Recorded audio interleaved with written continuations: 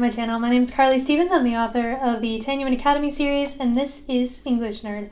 So thank you for your patience. I know I didn't post anything last week. It's because I was moving, and I had just posted so many videos for Tale of Two Cities that I felt like I kind of needed a break, so I gave myself one.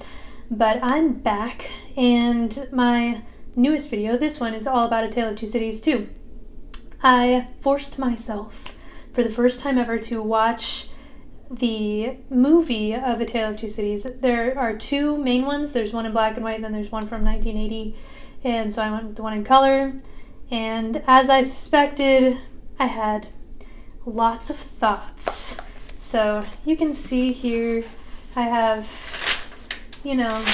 some thoughts on this movie, so I'll try to be relatively succinct, but also give you a very good idea of what to expect in the 1980 movie of A Tale of Two Cities, and implore any filmmakers out there who are also fans of this magnificent book to come up with something better, because I have lots of ideas, and this movie just can't be the one that stands as the main one that people go to.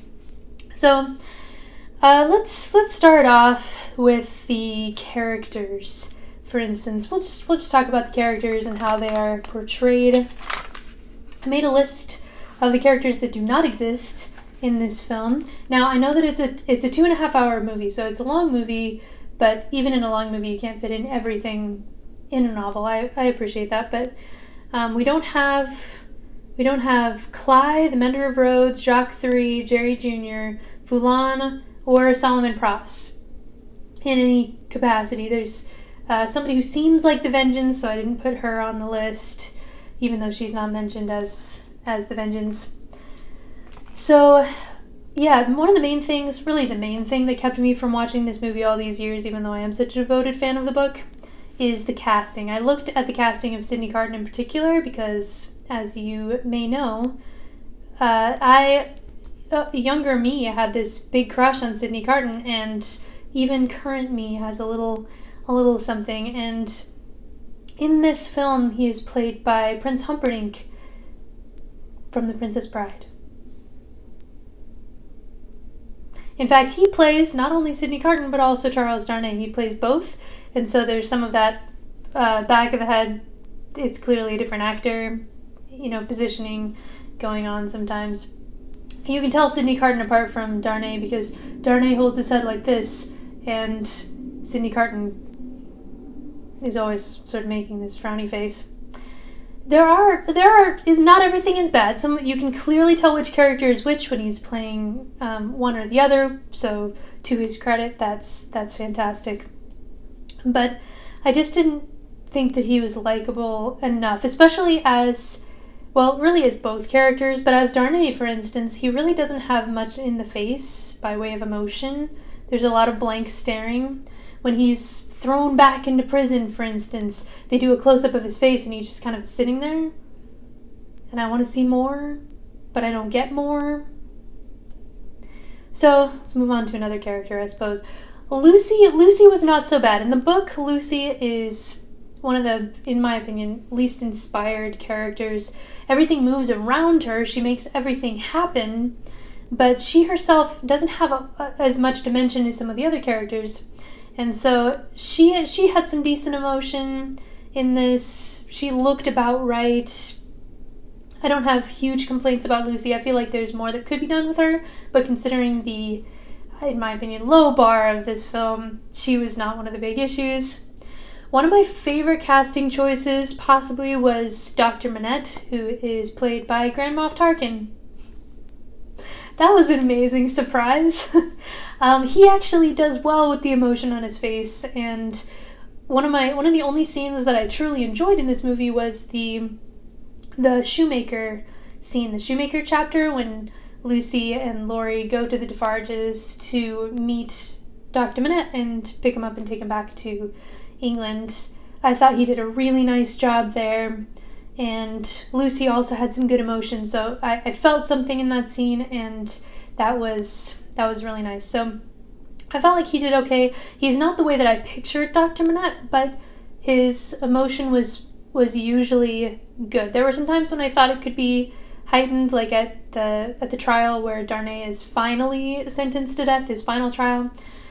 In the book, it says that Dr. Manette is so distraught that he can't really function, and I didn't get that sense from him until well after the trial was over. Monsieur Defarge, let's go over to the French side.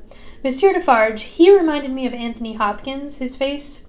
I thought that he was cast a little old or something. I mean, I guess it doesn't particularly matter, because in the book, the character begins at about 30 and then ends closer to 45. So, you can cast him however you like, I suppose. I didn't really love Defarge. He had a couple moments that weren't so bad. There's one time when Darnay gets arrested at the gate of Paris when he first arrives, when Defarge has this kind of furtive conversation with him, asking if he has married the Lucy and who he is, and I thought that was pretty nice. But again, there just wasn't a ton of emotion there, and there were some missing character moments that the filmmakers just decided not to include that I felt would have really fleshed out who he was. Madame Defarge. Now, Madame Defarge, as you know from watching my All About A Tale of Two Cities series, if you have, is, in fact, she shows up in several of my videos, one being my favorite villains. Madame Defarge is one of my favorite villains of all time. I feel like she has style, she has good motivation, she's interesting, she's not who you expect that she'll be at the beginning. She seems a bit more mild-mannered, and then all of a sudden she is just this, the force of the revolution. I think she's fantastic. This movie did not do her justice. Not at all. Not at all. She didn't quite look right. She didn't wear the stuff that made it seem like she wanted to be above her station, and I feel like that's a cool part of her character. She was knitting, 20% of the time, and she should have been knitting more, I think. The knitting, there was no surprise with the knitting. It was like the first time we see her knitting and she announces what it is. It's at this hanging, and she says, "Look, here are the names." And they do this in a few different places. The dramatic waiting that you do and then the reveal was just missing. We don't get that dramatic reveal with Cardin when he shows up in Paris. We don't get the dramatic reveal of Darnay being the Marquis's nephew. You just don't get all these dramatic reveals. They undermine themselves left and right. But anyway, so you don't get that, and she just seemed very naggy. There wasn't that kind of solidarity with her husband that you see through most of the story until the very end, when she wants to exterminate the Evermonds and get rid of little Lucy and Dr. Manette, and Defarge isn't about that. I wanted to see some more tenderness between the two of them, at least solidarity, maybe not tenderness because they're not really tender people, but they have some cool conversations in the book that were tragically left out of this version, and she just came across as only abrasive, and there weren't those layers that I really wanted to see with Madame Defarge. Let's see, other main characters. Mr. Lorry. I love Mr. Lorry in the book. I feel like he is underrated. I feel like he's sweet. He tries to be all about business, and he is all about business, but he has this love for the Manettes that is really beautiful, and he's just adorable. I really like Mr. Lorry, and the Mr. Lorry in this movie had, as they put in the Harry Potter movies, the emotional range of a teaspoon. There was nothing. I mean, he would say things as though he were upset. He would say, "Oh, how dreadful," or "Good heavens," but he would say it with just nothing. No emotion whatsoever, and I was super bothered by that. Mr. Lorry was like the most uninspiring character. He was a non-entity through the whole thing. He shows up where he ought to show up, but he just stood there and was boring. so much you could do with that character, and it was just all wasted, in my opinion. Miss Pross is another one that I think was completely miscast. In the book, she's described as this big, bluff, red woman who has all this love and all this... She's just over the top in every way, yet she has this love for Lucy and this capacity for forgiveness that surpasses everybody in the book. She is just one of my favorite characters. I love Miss Pross. And they cast her as this kind of severe-looking woman who she reminded me actually of David Copperfield's aunt. She had that vibe. She didn't have the Miss Pross vibe. I feel like she could have done an okay job in that role, but she just was totally miscast in this one. She never calls Lucy her ladybird. She just seems like hired help, sort of, like a severe nanny. And that's missing who she is, I think. There's no friendliness between her and Mr. Lorry that grows. All those sweet things that I was hoping to get, and I was not getting any of it. None. Jerry, he was also wrong. He did not have spiky hair. Not like he has to have spiky hair, but it's described so funnily in the book. I don't know why you wouldn't. He doesn't have spiky hair. He doesn't have a side business. There's no honest tradesman going on. He just seems like this kind of fawning assistant, like, oh yeah, governor, to Mr. Lorry, and that's as far as his character goes. That's it. There's no family, issues. There's really not much to him either. So the characters left a lot to be desired. There were moments here and there that I thought they pulled off a decent scene, but for the most part, it was not great. Okay, let's talk about some of the differences between the way that they present the plot in this movie versus the way that the book presents the plot. First of all, the timeline right from the beginning is different. The first scene is in it's book 2, chapter 7. Monseigneur in town. It's the one where the Marquis runs over Gaspard's kid and tries to pay for it with a coin. Now, what I like about opening with this scene is that it immediately sets up the class distinctions. It is, in my opinion, the moment that does start off the French Revolution in Dickens' telling of it. But it didn't work for me the way that they did it. Because, first of all, the Marquis was not screaming through the streets, basically laughing as people run out of the way like it is in the book. And even once he runs over the child, there's again just so little emotion. This whole movie was lacking passion and symbolism and missing all these cool moments that wouldn't have been that much trouble to put in. So Gaspard, for instance, is not howling over his dead child like this wild animal. Instead, he just kind of picks up the kid as though he's sleeping and just kind of looks in a slightly angry way at the Marquis, who seems like he just genuinely accidentally ran over the kid and didn't really care.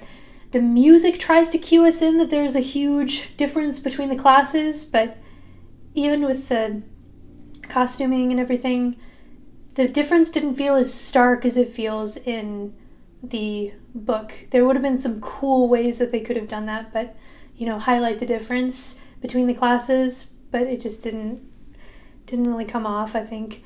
And one of the parts that I like about that scene in the book are the Defarges. So Monsieur Defarge comes up, he comforts Gaspard, and we do get that in the movie, which is cool. And then Madame Defarge is standing there knitting his name. We find out it's his name later in description, and just glares at him when everybody else is afraid to even lift their faces. And it's such a cool, strong moment for Madame Defarge. And in this, it's the first time we see her, right? Because it's the first scene in the movie. She's just leaning against the door of the wine shop, because that's where the scene takes place, which is fine. And she's just leaning against the wine shop door jamb, just kind of looking on. And I don't know, I need more from my Madame Defarge. I do. So the beginning is sort of like that. It conflates some of the things that you need to know, which I appreciate. That's fine. Movies don't need to be identical to books, but I feel like you need to honor the spirit of the book and its main themes, and there are certain things that need to be in place even as you're changing things around. Now that scene wasn't too bad, but then the first time you see Darnay, I see why they did it, but the first time you see Darnay is when the Marquis reaches his estate. Darnay is there, and he renounces his inheritance. I thought that was it's a way to do it, because it gives you lots of information all at once. You find out who Darnay is. You find out, it's solidified how terrible that system is, and it also gives Darnay a reason to have those papers that get him in trouble with that first trial that we see in England. He has the papers that officially renounce all of the property and everything. So I get it, but I also just I don't know. I like in the middle of the story when you're already a little bit unsure about Darnay, because the first time you meet him he's on trial for treason, but then he seems like a nice guy. I like how there's that surprise with this horrific Marquis and how Darnay's related to him. It helps you. It puts you into the shoes of people like Dr. Manette, who are later shocked by that same news. They were all these little things. Okay, so after Mr. Lorry tells Lucy that her father is alive, and that scene, it's like they're just at this hotel and they're sitting around. Miss Pross is there, and Mr. Lorry's like, well, your father's alive. You know how he was in prison? Well, he's fine. There's no tension. There's no tension, emotional tension at all. And there should be. Anyway, after Lucy finds out that her father's alive and they go to France, and they have that shoemaker scene, which, as I said before, was one of my favorite in the movie, one of the only ones that I thought was truly successful. They have the moment where Dr. Manette brings out the hairs that had stuck to his clothes that he'd been keeping around his neck. So I liked that a lot.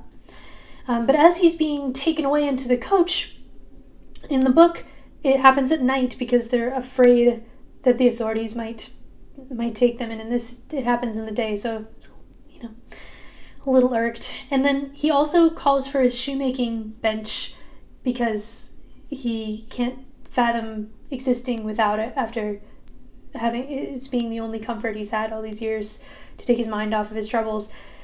And in the book, Madame Defarge is watching everything. She's knitting, and she's the first one to notice that he's asking for this.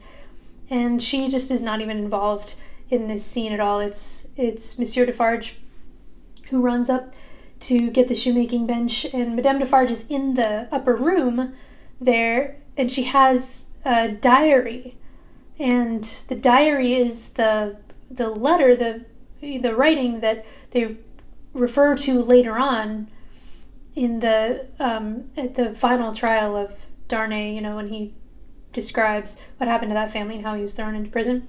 So they have that right from the beginning. They don't get it from the Bastille like they do in the book. Madame Defarge just finds it among his things in the upper room where he stayed with them. And she's just very waspish about the whole thing. And, I guess that change isn't fundamentally bad. I just thought it was a little odd that they had hung on to this evidence against for so long. They do show the meeting between Darnay and Lucy, which I thought was a nice touch. They show her trying to get her father onto the ship and not really knowing what to do, and he steps in. So that was kind of cool to see how that happened. I was thinking if I ever made a movie, I would make it more chronological as well, without as many flashbacks. However, I would go all the way back to when Dr. Manette was thrown into prison, because then you kind of peripherally meet so many characters. The whole timeline is shortened. I get why they did that, though. That's perfectly fine with me. There are a lot of time jumps in the book that might be a little bit jarring in the movie. So you fast forward to the trial of Darnay, first one in the Old Bailey, and that's where you meet Carden and Stryver and Barsad, whom they call Barsad through the whole thing, Barsad, and they call Darnay Darnay through the whole thing, and they pronounce guillotine. There were so many things. The pain. So you're at the trial in the Old Bailey, and Carden, man, he looks a mess. He should look a mess, but he looks a mess.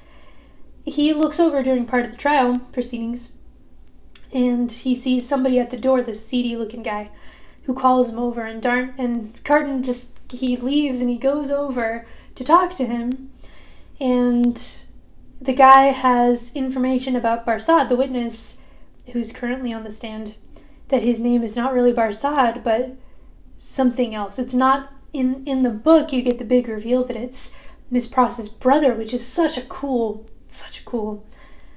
twist. But in the movie, they say his name is Guillermo or something like that in real life, and so Carden pays this man for the information that they can use against Barsad, and he goes back and tells Stryver.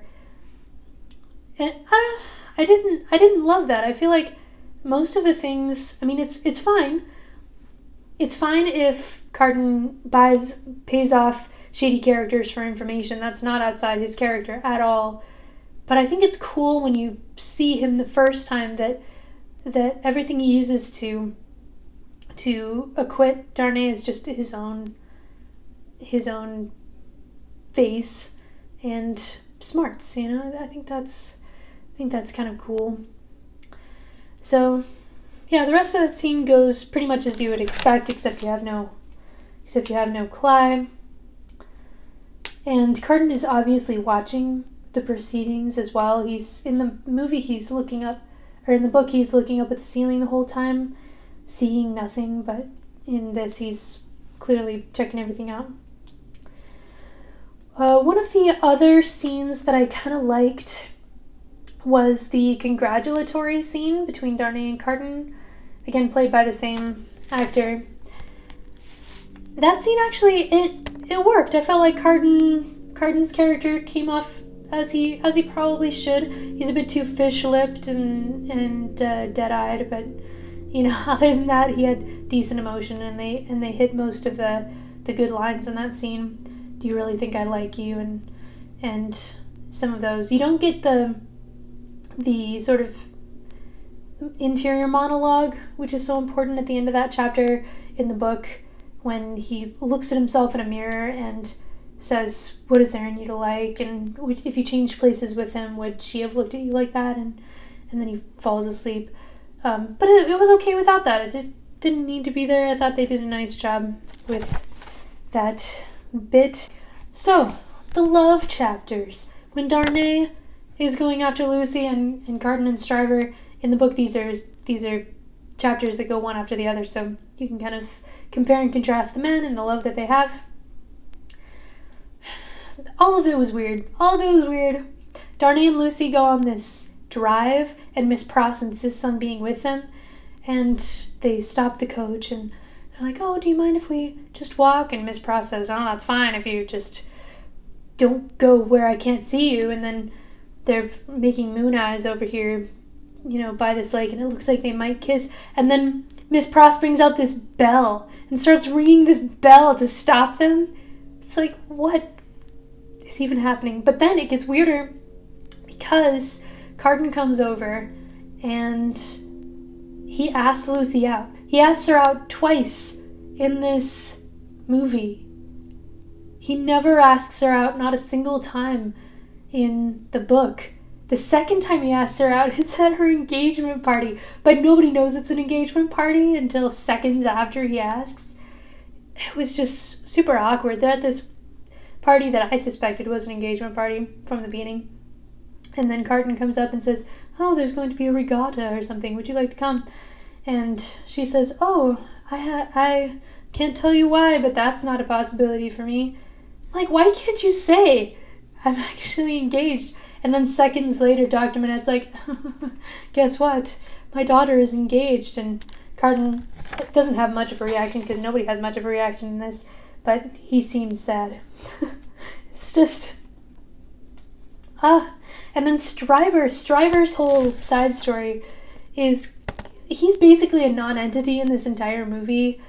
He's not memorable at all. The scenes with the jackal in the jackal chapter and the companion picture chapter are kind of squished together until Stryver just seems like the one with better sense, and you don't get the feeling that Carden does that much more of the work, because you only see this very short interaction between them, and I thought that was sort of a shame. But there were two moments that Stryver kind of teed up, which I liked. One was when he says, "I'm planning to marry Lucy Manette." Carden's response is just to laugh. It's kind of this like manic laugh, and I liked that actually. I thought that was totally a plausible reaction for him to have. I enjoyed that a lot. And then after the engagement party, Stryver and Carden are both driving home, and Stryver starts saying negative things about Lucy, like, oh, well, she's going to throw her life away on this French tutor, blah, blah, blah. And Carden is the one who warns him not to speak ill of her. In the book, that's Mr. Lorry, but I liked that they gave that to Carden. I thought that was a fine change from the book. I know this video is getting a bit long, but I have so many thoughts on this. I have to get them all out. Even if it means that my voice is failing because quarantine, yo. Okay, so that takes us to the wedding and all of that entails. One thing I thought was kind of funny was when the Defarges learn about Lucy getting married to the son of the St. Evermonds, and and Monsieur Defarge says, "You English are cold, it seems to me," which is a line from the book, and he says it in such a British accent. Everybody is so English. All the French people are the most British French people you could ever see. So that's just something. But so when Darnay and Lucy get married, they get married in this chapel, and Carden sneaks in to watch, which is fine, I guess. And then it's like their wedding night, or at least that's how it's framed.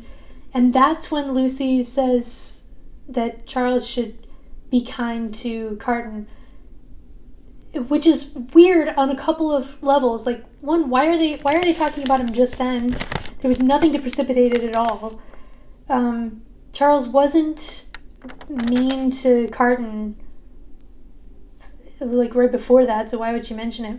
And all that Carden's done is ask her out a couple of times awkwardly. Like, he hasn't had that moment. They don't give him the fellow of no delicacy beautiful speech until after she's married, and even little Lucy is like 6.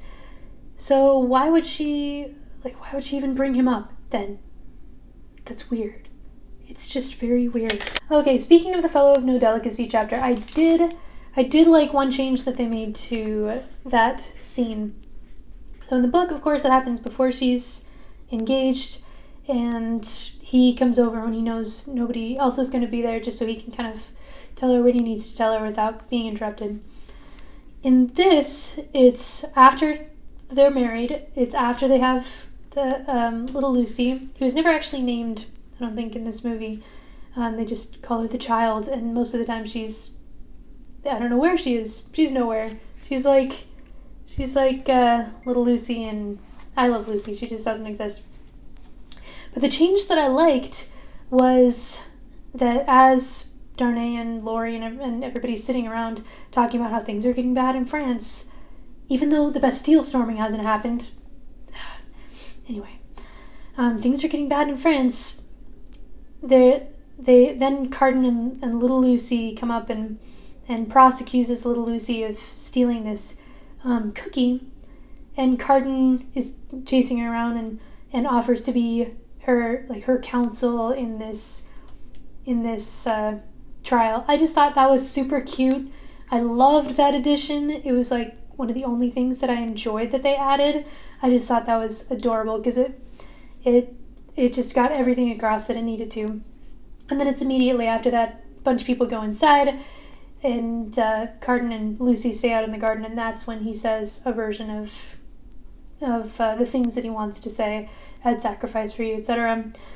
They missed some of the great lines though, and they would have fit in. They could have trimmed some other stuff. You know, the death cards going to the guillotine, that scene lasted a long time. They could have taken off some of that for him to be able to say, "You have been the last dream of my soul." Why did they not say that? Just so frustrating. And there was decent emotion in that scene as well, which I thought was cool. Okay, storming at the Bastille. Not great. Not great. Felt like a stage play. People are dressing up like Dickens characters. And it took me a minute to figure out, why does this feel so stagey? And it was the fighting mostly. The fighting, there's clearly stage punching going on. There's zero blood, even when the characters get shot. It's just, it was lame, I thought. So Madame Defarge does shoot the governor, which is kind of a version of what she does in the book. I mean, it's fine. But it wasn't very inspiring to me, because I pictured it totally differently. It's supposed to be like this ocean coming in, and I didn't get that same sense of scale. And maybe it was budget, they couldn't get that sense of scale, and maybe it was because they knew that this was going to be shown in schools or something, that they didn't have any blood. But there's just something that wasn't like visceral enough in it for me. And then of course there wasn't the part where Defarge goes to 105 North Tower to find Dr. Manette's stuff. The riot scenes after that, though, they don't have the same exact order of riot scenes. They're not all like they are in the book. But the riots after that actually did feel a lot more rioty and scary. So at least there was that. Which brings us to halfway through the movie. Don't worry, I won't take so long for the rest. So halfway through the movie, Darnay decides to go to Paris to help out Gabelle, who we're introduced to briefly, I forgot to mention, in the first scene where we meet Darnay, when he's renouncing his inheritance. He's getting into the coach to leave the chateau forever, and Gabelle wants to go with him, the servant, and Darnay says, "I'm sorry, I can't help you out there, but I'll make sure that no harm comes to you here." Just kind of an odd thing to say, but he can see the weather changing, with the lower classes, I suppose. And so when he gets the letter from Gabelle, he is off. That's halfway through the film. The Reign of Terror they miss opportunities. Like, the Grindstone chapter in A Tale of Two Cities, when Laurie is staying in his quarters in the bank, and just outside his window there's that huge grindstone, and there's this mob that looks like just demons who are sharpening their weapons and going off and massacring the prisoners. Sparks are flying, it's nighttime, and he just, he prays, he's so thankful that nobody that he knows is in Paris that night. And then suddenly Lucy and Dr. Manette and Miss Pross and everybody comes in because they've heard that Darnay is in prison. So good. And then in the rest of that scene in the book, the newcomers hear this noise, and Laurie says, "For your life, don't touch the blinds, don't look out, it's too horrible." And then Dr. Manette gives this cool smile and says, "They won't touch me," and then he goes out and saves Darnay. It's such a cool scene. It's so dramatic and perfectly lined up, just beat for beat, I think, in the book. And in the movie, they squandered that whole opportunity. You don't get the grindstone at all. It's Mr. Laurie who lets the Manettes know that Darnay has been in prison, because Laurie knew the whole time Darnay was supposed to be there, because they have this conversation about it in the bank. And then it's when they get the news, Dr. Manette and Lucy, that Dr. Manette tells Lucy, "Don't worry, I can save him. I was a prisoner." But he's very somber, and there's not that cool set of reversals that you get in the original scene. When they arrive at Mr. Laurie's eventually, and Mr. Laurie's expecting them, of course, in this movie version, you hear some screams in the background, and Lucy gets a bit frightened and says, "Oh, is it safe?" or something like that. And Laurie says, "Oh, there's nothing to worry about. They just occasionally maraud through the streets." Like, why would you reduce the tension? But they do that all the time. They reduce the tension, they reduce the emotion. Anytime things get a little bit ramped up, they're like, oh, it's fine. No, it's not. It's not fine. Nor should it be fine. It just drives me up a wall. Absolutely drives me insane. So Dr. Manette does like he does in the book. He goes out. He has to announce who he is. I liked it more when he went out and everybody knew who he was because they looked at him through the door. But he announces who he is. They take him to Darnay. That's all. Hunky dory. You can imagine some of the other changes when you don't have the Mender of Roads and you don't have certain things like the discussions between the Defarges. This part all goes pretty quickly. Which brings me to Carton coming to Paris. Yeah, so in this, there's like no tension with him coming to Paris either. Again, I love the dramatic tension that the book has. The entrance of Carton onto the scene after this stint of not seeing him is fabulous. Fabulous in the book.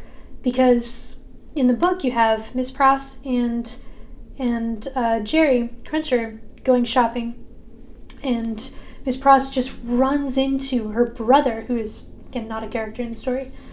But in the book, she runs into her brother, Solomon Pross, and she's shocked, and Jerry Cruncher says, Solomon Pross, is that what you were called in England too? I think you were called something else.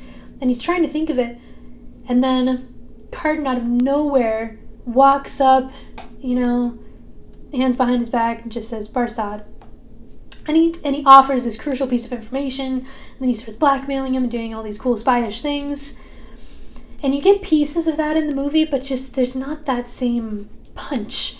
Instead, you see Carton get off the ship, you see him go to Mr. Lorry, and it's just, by the time you see Carton talking to Barsad, that scene was okay once it got going, because you do get that blackmail, but he doesn't even pretend like he's not going to save Darnay. As soon as he arrives, he goes to Mr. Lorry and he's like, well, maybe something can be done to save Darnay. Drama, people, drama. Do you have no sense of it at all? Okay, so I'm going to fast forward to the final trial of Darnay, and it's Madame Defarge that brings forward the evidence that Dr. Manette wrote this denunciation of all the St. Evermonds, which was a fine change. She's the one who's most invested in using that evidence against Charles. And then as soon as he's and their guillotine necklaces, that was a cool little detail that they did put into the movie. They move and chop things. I thought that was nifty. But after the trial is over, he's condemned to death within 24 hours.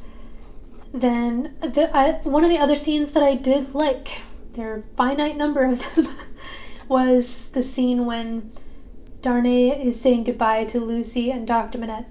All three of them had good emotion, and it actually made me feel sad that he was going to die, even though I knew he wasn't going to die. And that was really nice.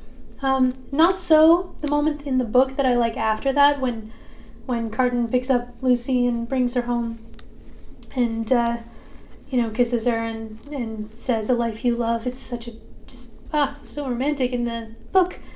That part did not work as well in the movie, but that goodbye between Darnay and Lucy and Dr. Manette, when Dr. Manette says, I'm so sorry, I had no idea, and Darnay says, oh, there's nothing to forgive. It was really very nice. So I'll give him that. So what is that, 3 scenes that I've liked? 3 scenes. There you go. And 1 riot. That was, decently done.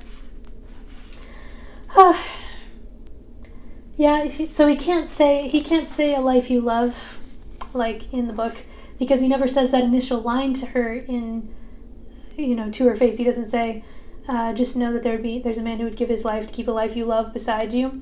And so he just says, soon. They do that a couple times too. There's no reason to change the line.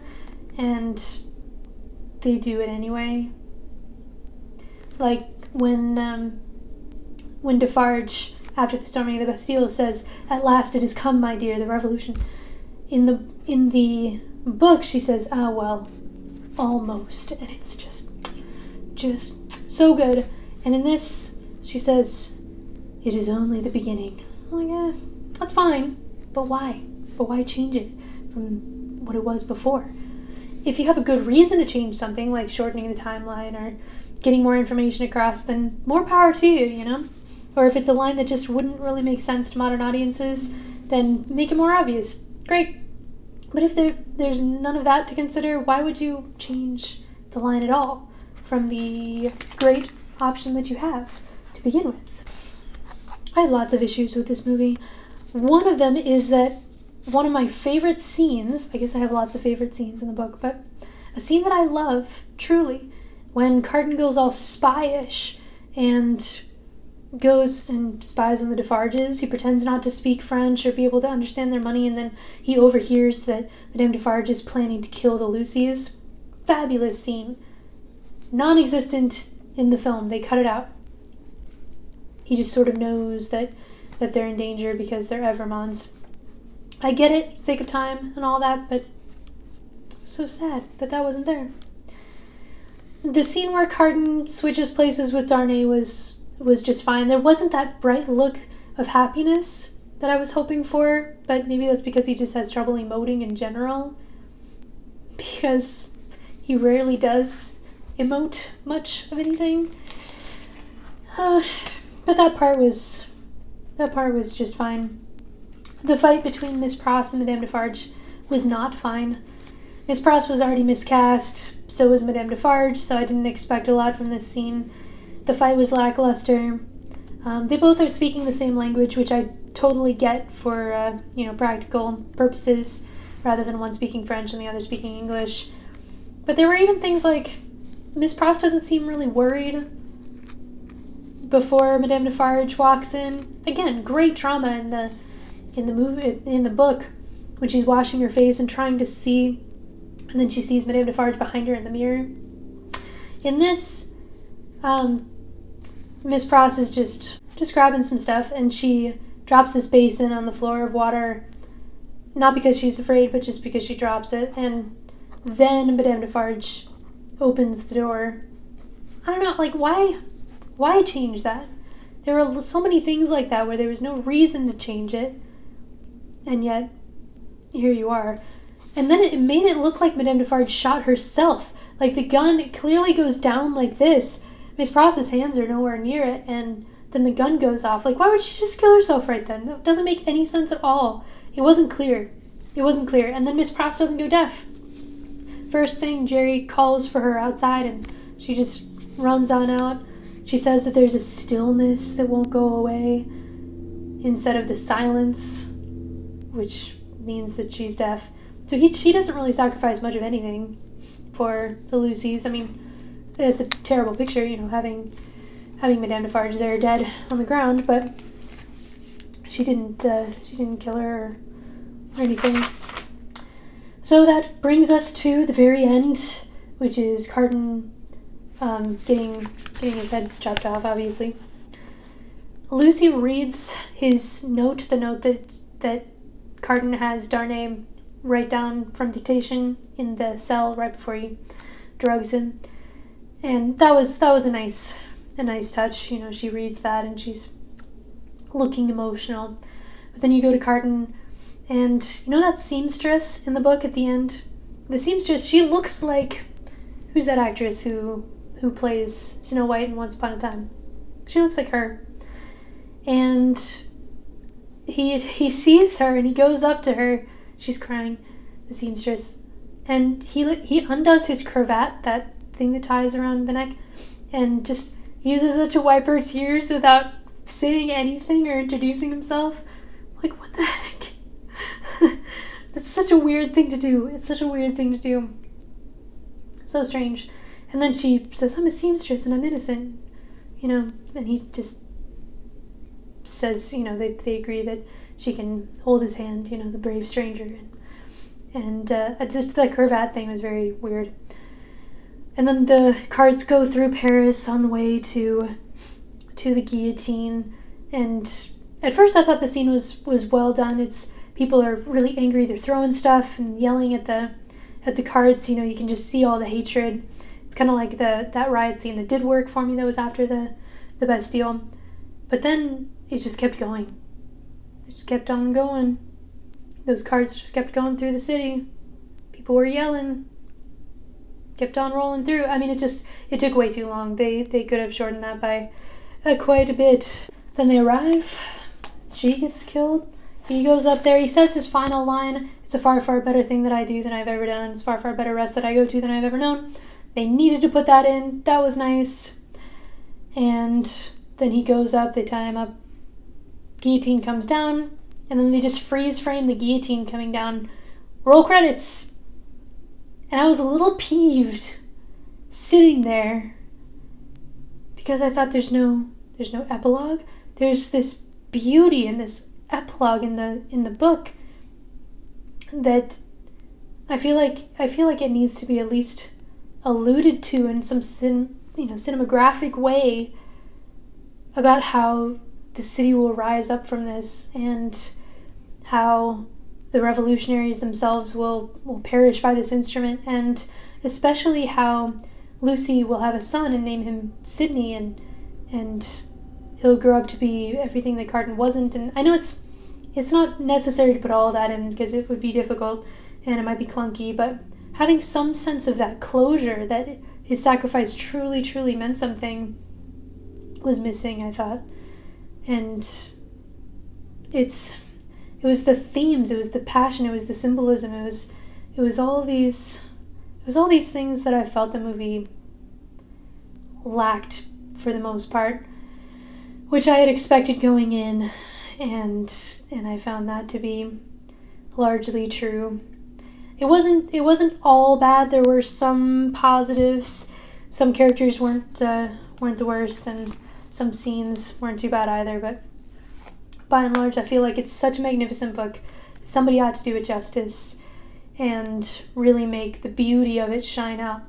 There were some comments in you can watch this whole thing on YouTube if you want. The whole movie's on there.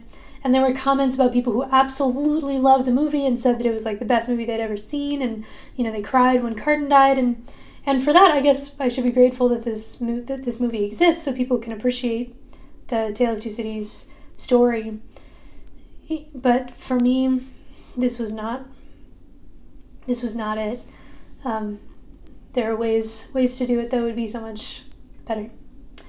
So this video has been super, super long. I'm going to wrap it up. Like this video if you like it.